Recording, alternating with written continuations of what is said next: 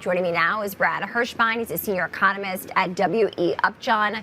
Brad, it's great to have you on the show this morning. We can talk tariffs, but I actually want to start with some of the jobs data that we got just shortly ago. The private sector read from ADP, less than expected, just 77,000 jobs added last month. What does that portend about the economy and the non-farm payrolls report we'll get on Friday? Thank you, Kristen. I'm glad to be here. As you mentioned, the ADP report came in a little bit low at 77,000 jobs over the month.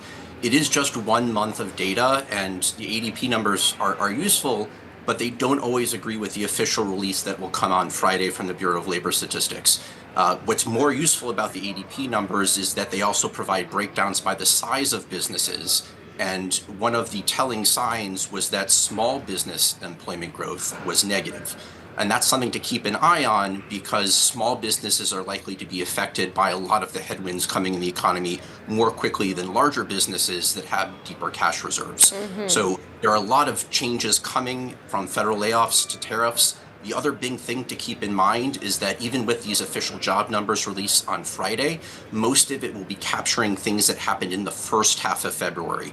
That's just based on when the surveys are fielded and what kinds of periods they're covering. So things that have been happening more recently in the last 2 to 3 weeks won't yet really be picked up in these numbers. And that's when a lot of the tariffs have actually taken effect.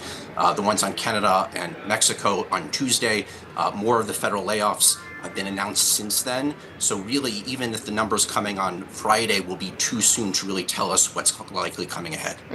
And this particular report, the ADP private payrolls, did reflect tariff concerns. As you mentioned, Brad, obviously those tariffs have actually gone into effect this week. We've seen the S&P 500, as I mentioned earlier, turn negative for the year, and the S&P give up its post-election boost all this week in the wake of the choppiness. How do these tariffs from the White House impact the economy?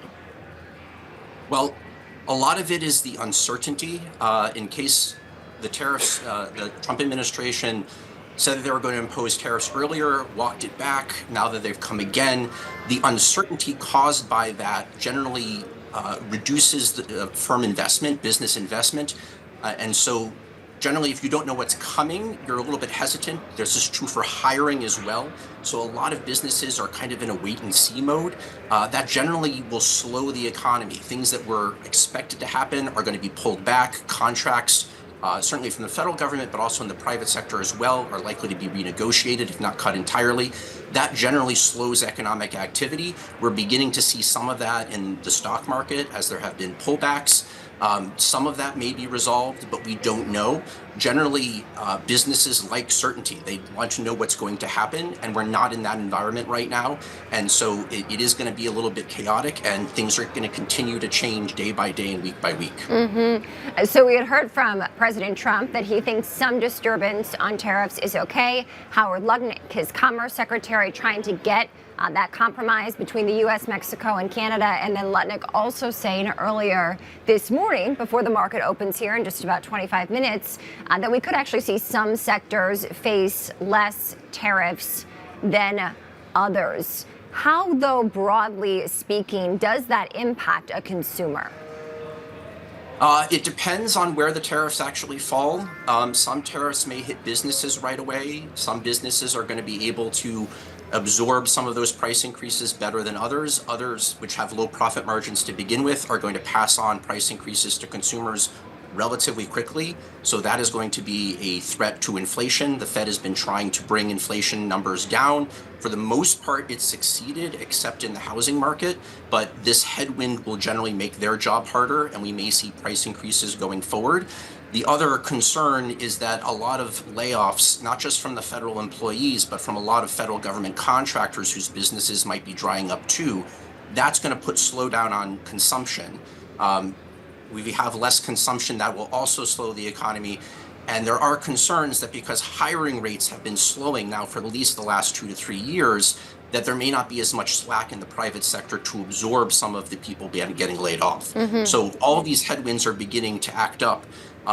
In addition to the fact that prices may rise, these are not generally optimistic signs. Are we due for, say, a return of stagflation? I don't think that that's likely yet, but the warning signs are definitely stronger than they have been in quite a while. So let's talk about what this means for interest rates, because certainly we have heard President Trump note earlier that he wants interest rates lower. The Fed, who manages the federal funds rate, is an independent body, even though Fed Chair Jerome Powell was actually appointed by President Trump during his first term in office. We've got a Federal Reserve meeting in 2 weeks, and then we're basically on hold until early May 7th. How could this impact the path for borrowing costs? It's a very good question, and another unknown that's pending is that the federal government, the deadline to continue funding the federal government is coming in a little over a week. There's still a possibility of government shutdown. The Fed is going to be paying very close attention to that, along with many other things. I certainly wouldn't want to be have Chairman Powell's job right now. It is definitely a very hectic time.